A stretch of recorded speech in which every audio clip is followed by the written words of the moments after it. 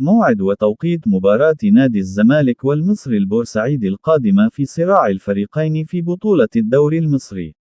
وسيلتقي نادي الزمالك مع المصري البورسعيدي في المباراة القادمة في منافسات الجولة السادسة لبطولة الدوري المصري يوم السبت المقبل 13 سبتمبر في 8 مساء بتوقيت القاهرة والسعودية وقطر 9 بتوقيت الإمارات على استاد برج العرب، وستذاع المباراة عبر قناة أون تايم سبورت.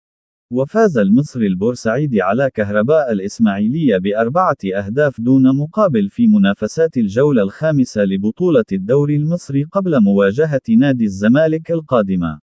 ويتواجد نادي الزمالك في المركز الثاني في ترتيب جدول المسابقة برصيد 10 نقاط بفارق نقطة واحدة عن المصري المتصدر ب11 نقطة.